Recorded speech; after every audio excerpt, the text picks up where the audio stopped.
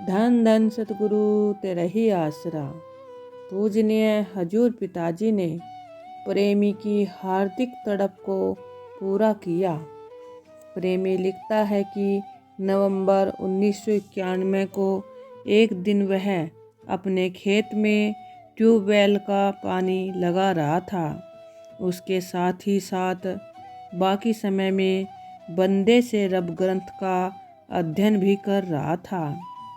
क्यारा भरने की इंतजार में वह वहीं नक्के के पास बैठ गया।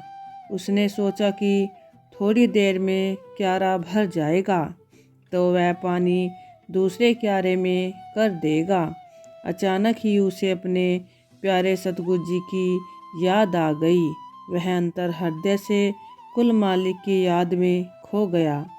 उसकी कल्पना थी कि उसने आज तक कभी भी अपने प्यारे सतगुरु के नज़दीक से दर्शन नहीं किए, न ही कभी उसे ऐसा सुअवसर नसीब हुआ है। उसके मन में यह भी ख्याल उठा कि कुल मालिक जी ने उस पर अपनी अपार कृपा की उसे अपने प्यारे प्रीतम के पवित्र चरण कमलों में बैठने का सुअवसर प्राप्त हुआ, तो वह अपने प्यारे महबूब पूज्य सतगुरु जी के पवित्र चरण कमलों को अपनी आँखों के व माथे पर लगाकर वंदना करेगा।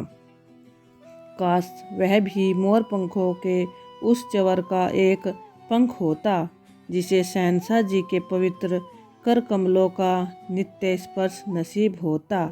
इसी प्रकार वह भी अपने मेहरबान दाता जी का मधुर स्पर्श प्राप्त करके अपने आप को धन्य कहलाता।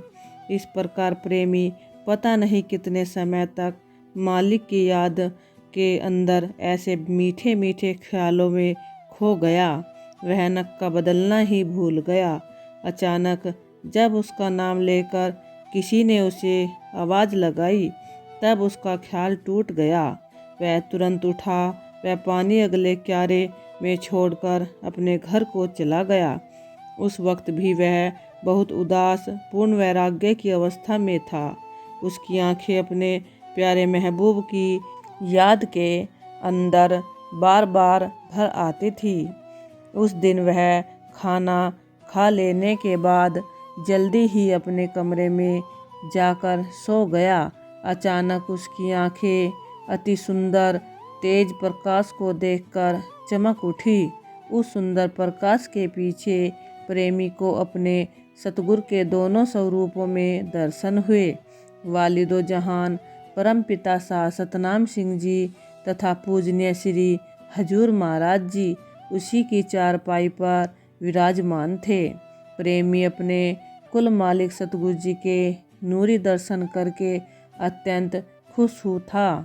अपने प्यारे प्रीतम के प्रेम में इतना मगन हो गया था कि वह अपने सतगुरु जी के लिए साफ सुथरा आसन लगाकर देना भी भूल गया। मेहरबान दाता जी ने प्रेमी को अपने पास बुलाया, अपने पवित्र चरण कमलों में बिठा लिया। प्रेमी लिखता है कि उस समय कुल मालिक की रहमत का जो सुंदर नज़ारा बना हुआ था उसे ज़बान कलम बयान नहीं कर सकती। वह तो केवल आंतरिक आँखों से ही देखा जा सकता है। प्रेमी तब हर प्रकार से संतुष्ट था। सच्चे पातशाह जी ने उसकी हार्दिक इच्छा पूरी कर दी। उस वक्त वह बिल्कुल जागृत अवस्था में था। बेशक बाहर से उसकी आंखें बंद होंगी, परंतु अंतर्मन के द्वारा वह पूरी तरह से सावधान होकर अपने प्यारे सतगुरु के दर्शनों का नज़ारा ले रहा था।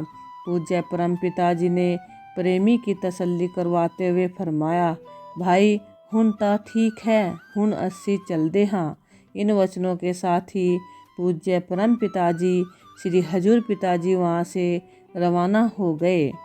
प्रेमी को वैसोपन नहीं लगता। उसे अपने प्यारे दातार मालिक के पवित्र चरणों के स्पर्श का नज़ारा आज भी ज्यों का त्यों याद है। इस प्रकार अंतर्यामी पूज्य शहंशाह जी ने प्रेमी की सच्ची तड़प को पूरा करके उसके विश्वास को दृढ़ किया। अंतर्यात्मा का उसे ठोस प्रमाण दिया।